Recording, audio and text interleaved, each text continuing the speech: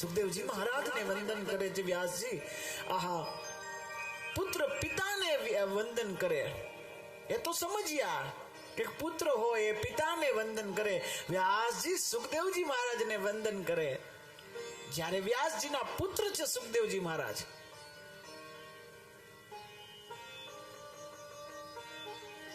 આ ભાગવત એ નિરાલી છે. અહીંયા ન વ્યવહારિકમાં હોય એવું જ લાગ્યા કરે.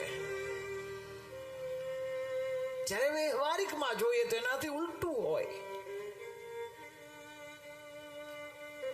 આ પેલા સ્કંદ ની અંદર કથા આવશે. ફૈબા ભત્રીજાને પગે લાગે. ભત્રીજો ફઈને પગે લાગે એ તો વ્યવહારિક કહેવાય, પણ અહીંયા ઉલટી ગંગા છે. ફૈબા ભત્રીજાને પગે લાગે અને અહીંયા પણ પિતા એના પુત્રને પગે લાગે. યમ પ્રવ્રજંત મનુપેતમ અપેત કૃત્યમ.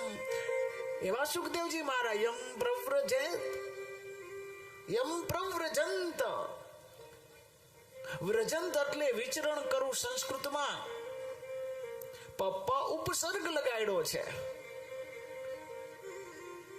ઉપસર્ગ લગાડ્યો છે એનું કારણ છે વ્રજંત એટલે ખાલી વિચરણ કરવું. તો સુખદેવજી મહારાજ કદાચ વ્રજંત શબ્દ વાપર્યો હતો ચાલે, પણ વ્યાસજીએ પ્રવ્રજંત ઉપસર્ગ લગાડ્યો છે. વ્રજંત શબ્દની ઉપસર્ગ લગાડ્યો એનું કારણ એ જ છે વ્રજંત એટલે વિચરણ કરવું. એ સાચી વાત. આપણે બધા વ્રજંત છીએ. તમે ને હું એ બધા વ્રજંત છીએ. અમે મોરબી થી નીકળ્યા છીએ, મોરબી જવાના છીએ, એટલે વ્રજંત.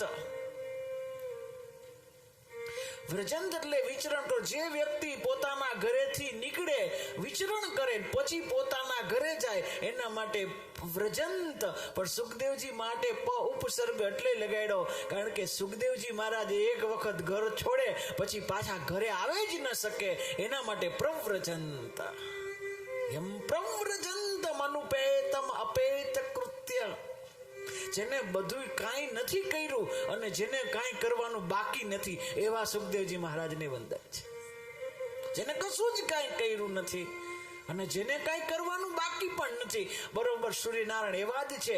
સૂર્યનારાયણ પોતે કાંઈ નથી કરતા, ખાલી આવીને ઉભા રહી જાય, પણ એના દ્વારા સંસાર ચાલે. બધાને કામે લગાડવાનું કામ જ સૂર્યનારાયણ કરે છે. જે પોતે અપેત કૃત્ય છે.